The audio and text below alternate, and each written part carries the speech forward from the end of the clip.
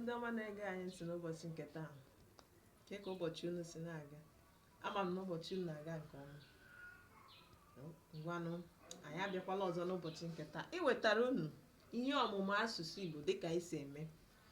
Anyị ka nọkwa n'isiokwu mgbochi ume.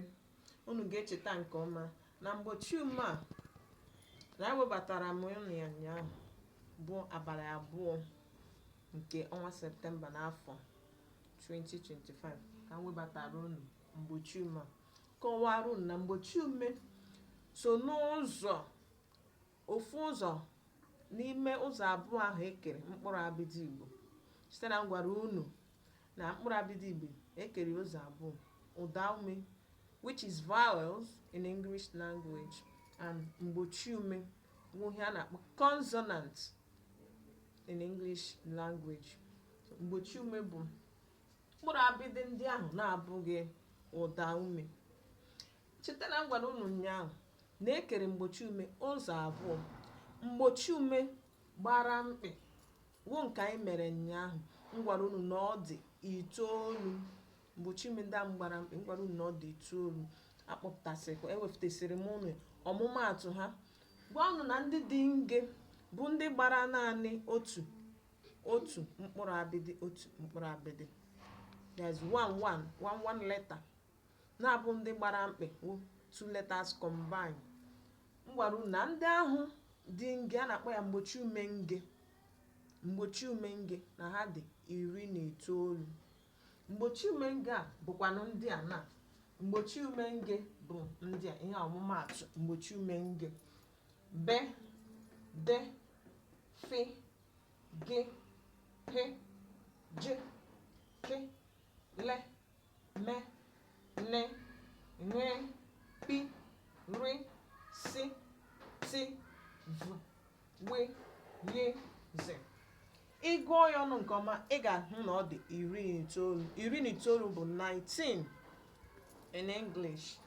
1, 2, 1, 2, 3, 4, 5, 6, 7, 8, 9, 10, 11, 12, 13, 14, 15, 16,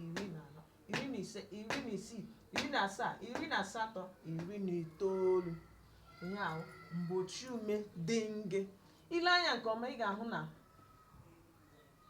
ha ncha niile, nke ọbụla ị hụrụ mkpụrụ abịdị nọ naanị ya, ọhịa a na-akpọ ịdị nge. Nge bụ otu, 1 n'asụsụ Igbo. Ịhụ na ha ncha niile dị otu n'otu. Ilekwanụ ndị nke a m webatakwara, akpacha m anya webatakwa ndị a, ndị gbara mkpị. Ngwara unu dị 9 bụ chi, gbi, he, gwi, kpi, kwe, nwe, nye na shi. Ile ya anya nke ọma, ile ha anya nke ọma, ị ga-ahụ ndịiche dị na ndị dị nge na ndị gbara mkpị. Ị ga-ahụ na ndị dị nge, dịka m si kọwara unu, dị mkpụrụ abịdị ọbụla nọ n'onwe ya na nke ya na nke ya, mana ndị a gbara mkpị mkpụrụ abịdị abụọ bịakọtara ọnụ wuru ofu. Ọhịa ka eji na-asị na ha gbara mkpị. Ọ dị mma otu ugbu a na anyị amụtala ụda ume na mgbochi ume bụ ụzọ abụọ ekere mkpụrụ abịdị Igbo. N'oge na-adịghị anya, anyị ga-amalite jiri ya mebe ihe a na-akpọ imebe mkpụrụ okwu, maka na ihe a ga-eji mebe mkpụrụ okwu bụ mkpụrụ abịdị Igbo bụ nke m gwara unu, nkụziri unu. Chetakwa na ngwara unu na ọ dị 36. Ọ gwụla ka ọrụ anyị n'ụbọchị nke taa. Oge ọzọ, isiokwu anyị ga-abụ iji ya mebe mkpụrụ okwu, iji mkpụrụ abịdị ndị a mebe mkpụrụ okwu. Cheta, sonyere anyị. A ga na-ewetara unu ọmụmụ ihe a ụbọchị Mondays to Fridays. Sonyere anyị na Flozi Circle wụ peji nke m. Sonyekwara anyị na YouTube channel. Zisa ozi a, biko share, comment and like. And if you have any question, you can drop it in the comment section.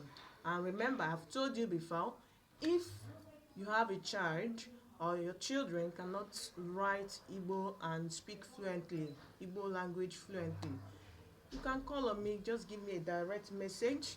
Or maybe you yourself, you want to learn how to speak Igbo as well as writing it. I will guide you. Please. Thank you so much. Have a nice